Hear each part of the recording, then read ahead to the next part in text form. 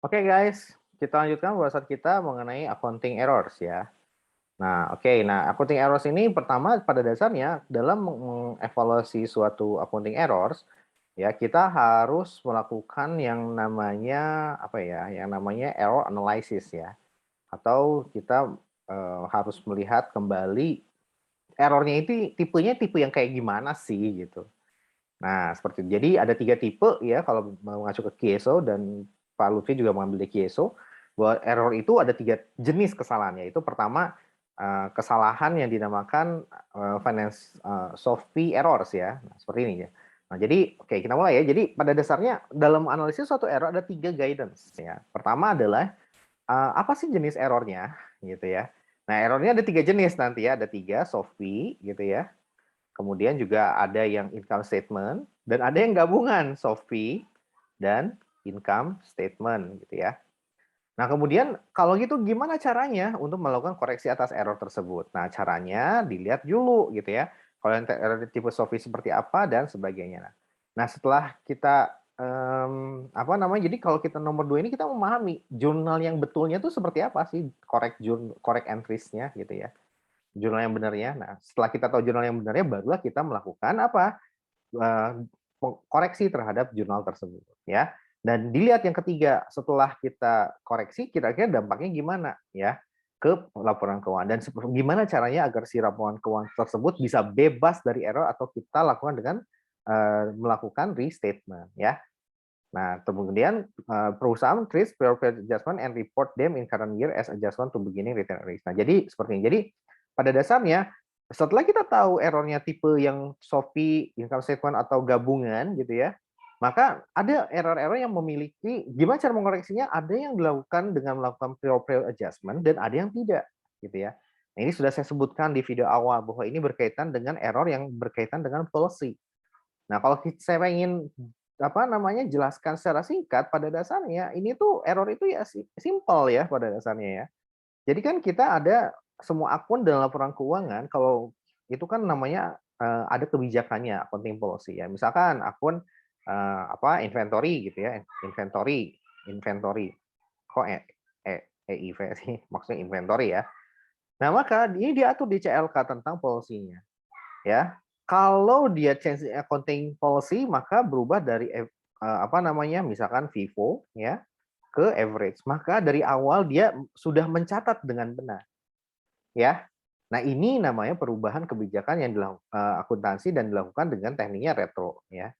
Nah, kalau ternyata pada saat kita mencatat inventory tersebut ada error ya, meskipun sudah dicatat dengan FIFO gitu ya, ada error, maka kita harus koreksi.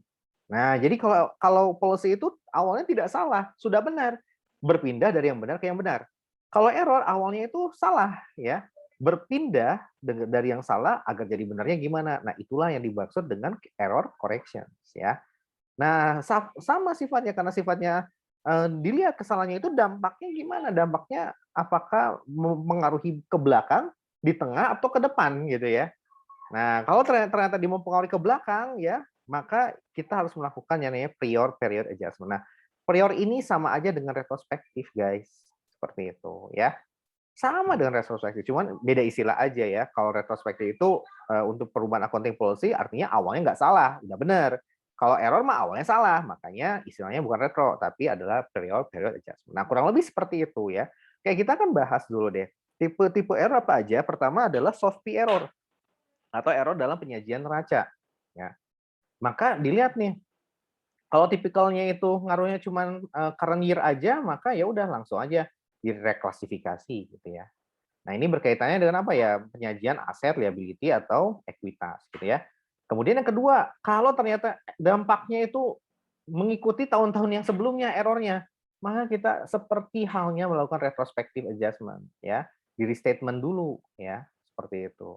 Ya. Nah, jadi konsepnya sama kurang lebih, cuman bedanya apa? Bedanya kalau error mah awalnya salah, jadi benar. Kalau policy kan awalnya udah benar dan dia diubah menjadi yang benar juga gitu ya. Nah, seperti itu. Jadi awalnya aja ya, kalau dampak cara mengoreksinya kurang lebih sama ya, period period adjustment ya. Dan dia di restatement adalah apa? ciri khasnya adalah restatement dari beginning retained earnings ya, seperti itu. Nah, di tahun dia ditemukannya error tersebut dan dilakukan koreksi terhadap error ya. Nah, itu kalau SOFI. Nah, kalau dia income statement gimana? Kalau dia errornya terjadi di tahun ini dan dia sifatnya tidak berdampak ke tahun sebelumnya, sama kayak SOFI, reclassify gitu ya. Kalau ternyata dia berdampak ke tahun-tahun sebelumnya, maka kita harus restatement income statement ya. Kalau yang SOFI kan restatement SOFI. Kalau ini restatement income statement ya. Oke, nah kemudian cuman memang kalau error ini kan dari salah ya ke benar gitu ya, ke benar. Nah, kalau accounting policy itu tidak perlu lagi ya sama aja sih sebetulnya. Di CLK-nya kalau dia perubahan accounting policy itu sama dia nanti melakukan restatement terhadap si income statement kalau misalkan awalnya revivo ya, kemudian menjadi menjadi average ya. Maka nanti di CLK-nya itu ada nih restatement dari kalau misalkan penyajian income statement berbasis FIFO atau average, tapi hanya sederhana, hanya bagaimana dampaknya terhadap net income ya. Nah, itu aja. Tapi kalau untuk error itu lebih dahsyat. Pada dasarnya sama dengan policy melakukan restatement dari laporan keuangan, hanya saya tidak singkat. Kalau policy mah bisa diringkas, tapi kalau error tidak. Dia harus disajikan mana yang salah dan ini yang benarnya kayak gini. Jadi dibandingkan comparative statement. Nah, seperti itu ya. Nah, cuman teknik-tekniknya ya kurang lebih sama lah ya, seperti itu. Oke, nah penyajiannya sedikit berbeda, lebih ribet kalau error. Nah, ini yang kalau terjadi dua-duanya ya. Kalau terjadi sifatnya itu adalah error yang disebabkan karena SOFI dan error yang disebabkan yang berdampak terhadap SOFI dan juga berdampak terhadap si income statement ya. Nah, ini yang lebih dahsyat lagi. Kenapa? Nah, maka kita lihat gitu ya. Kita lihat apakah sifat dari error tersebut adalah counterbalance. Ya, kalau dia counterbalance maksudnya dalam waktu kurang dari 2 periode itu sudah netral gitu, sudah netral si dampaknya gitu ya. Jadi tahun pertama positif dari overstatement dari net income, tahun kedua akan menjadi understatement dari net income. Nah, ini namanya tercounterbalance ya. Nah, dan kalau sudah tercounterbalance gitu, nah maka dan buku pun sudah ditutup, artinya sudah dibuat apa Pak? Sudah dibuat jurnal penutupan closing entries ya, IS pada apa? Pada RE gitu ya, pada RE dan kawan-kawan ya. Atau apa? Ya expense ditutup pada IS ya, IS pada expense ya. Kemudian revenue ditutup pada income summary juga gitu ya, berarti revenue pada IS gitu ya. Nah, kalau udah dibuat closing entries, maka kalau dia sifatnya counterbalance dalam 2 tahun udah terpenuhi, udah netral, nggak usah bikin jurnal. Tapi kalau ternyata belum tercounterbalance gitu ya, artinya error itu masih ikut gitu, lebih dari 2 tahun, butuh waktu lebih dari 2 tahun untuk terpulihkan. Itu kalau kalau beruntung, tapi kalau nggak ketahuan akan selamanya salah, maka itu namanya tidak tercounterbalance ya. Ya, tapi kalau dalam hal ini sifatnya bukan yang non counterbalance ya, masih sifatnya error yang sifatnya dalam waktu 2 tahun itu sudah tercounterbalance ya. Artinya apa? Yang B ini maksudnya adalah dia belum ada pengaruh terhadap net income ini gitu ya, belum ada nih, belum ditutup ya. Nah, kenapa? Karena belum ditutup, bukan belum ditutup sih, maksudnya tuh belum tercounterbalance gitu ya, belum. Nah, seperti itu. Nah, kalau ternyata sifatnya memang dia seperti counterbalance error seperti apa ya? Contohnya itu seperti inventory ya, merchandise inventory ya, ada kesalahan di pencatatan ending inventory ya.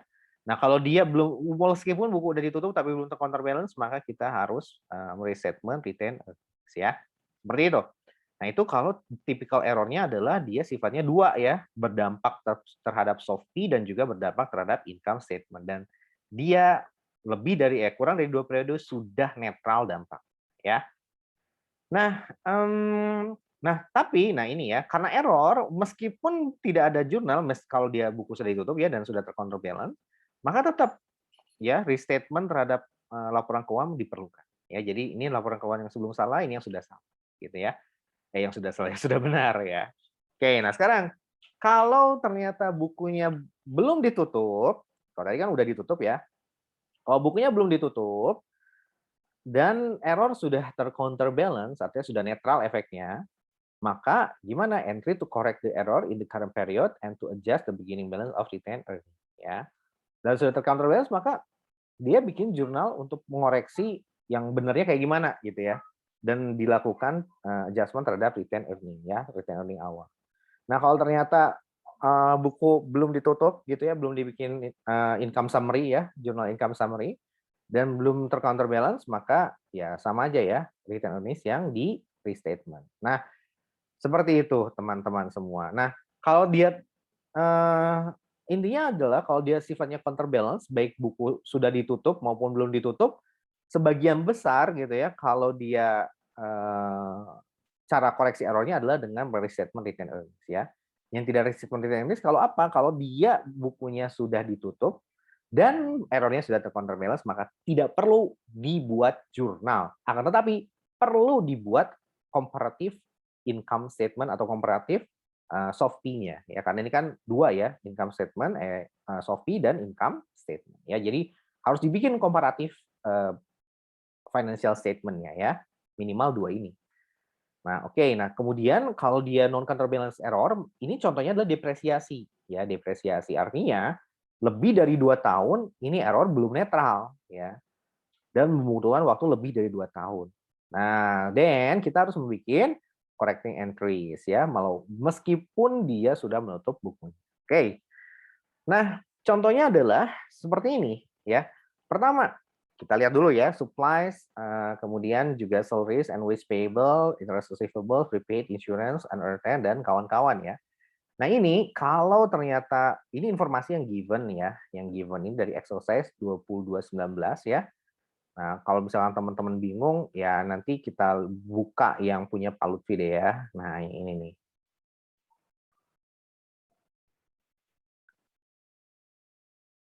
Oke, ini adalah dari slide Pak Lutfi ya, lebih mudah ini untuk kita membandingkan mana yang belum tutup buku sama yang sudah tutup buku. Nah intinya mudah sih error ini ya, nggak begitu susah ya, bahwasanya ya udah tinggal dilihat aja langsung. Tinggal dilihat aja langsung, gimana Pak? Ya gampang, caranya adalah pertama kita pahami dulu soal yang given, ini given. Ya, kemudian di sini ada informasinya. Hitungan fisik supplies yang ada per 31 Desember adalah 1.100. Ya. Maka di sini 2.500 kan. Ya udah, tinggal gimana? Ya udah tinggal disingkat aja, Bro. Gitu. Ini kan turun. 2.500 turun ke 1.100 ya. Maka supplies-nya dikredit kalau belum ya kalau dikredit kalau dia belum tutup buku. Nah, pasangannya adalah expense. Nah, kalau udah tutup buku, expense-nya diganti dengan retained earnings. Nah, gitu ya. Supplies-nya tetap dikredit. Nah, kemudian yang kedua sekarang ya, yang kedua yang ini nih, mana wage ini ya. Nah, ini dia. Nah, yang kedua adalah yang wage. Nah, kalau yang wage, kita lihat awalnya adalah 1.500 ya. Di sini yang masih harus dibayar adalah 4.400. Berarti kurang nih yang dibayarnya ya. Masih banyak nih bertambah gitu. Nah, that's why expense, salary expense pada wage payable ya. 2.900 selisihnya ya, 4.400 dikurang dengan 1.500. Nah, kalau udah ditutup buku maka tinggal dicatat aja pada retained earning. Simpel kan? Nah, kemudian kalau yang ketiga sekarang adalah bunga investasi yang diterima per 31 Desember 4.350. Nah, ini berkaitan dengan interest receivables ya. Yang akan diterima ternyata enggak 5.100 tetapi adalah 4.350. Nah, ini salah berarti. Yang benarnya 4.350, maka kita harus mengurangi. Berapa yang dikurangi? Revenue pada receivables ya. Nah, seperti ini ya, 7,5. Nah, kalau ternyata udah ditutup, revenue diganti dengan RE gitu ya. Nah, simpel kan? Nah, kemudian di sini yang keempat, bagian polis asuransi yang belum terpakai per 31 Desember sebesar 65.000 ya.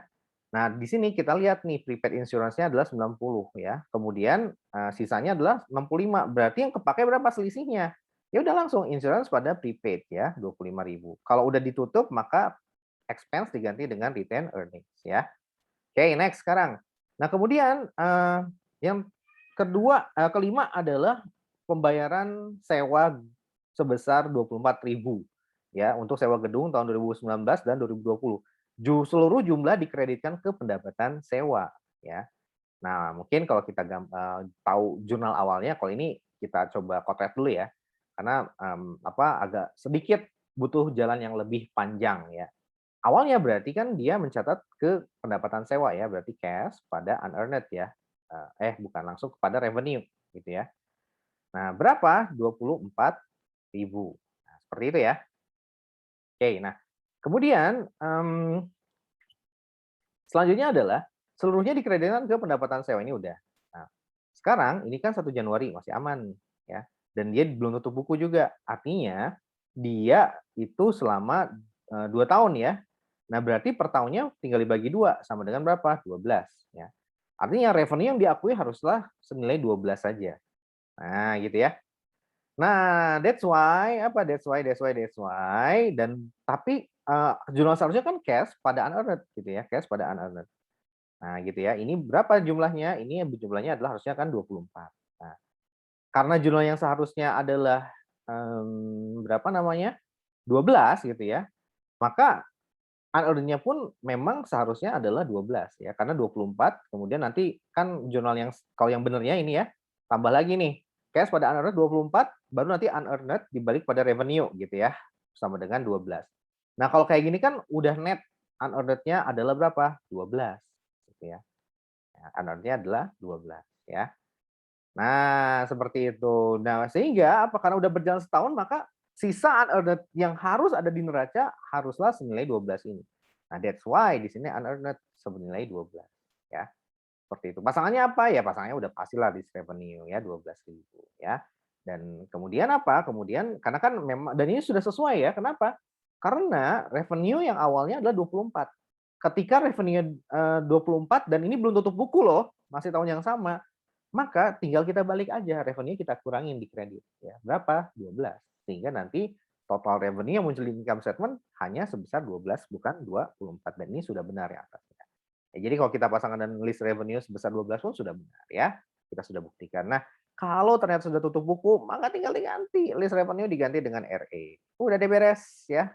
Selanjutnya adalah yang terakhir beban penyusutan dicatat sebesar 5.000 dari yang seharusnya adalah 50.000. Nah, kalau seperti ini teman-teman semua, maka ya udah karena apa namanya?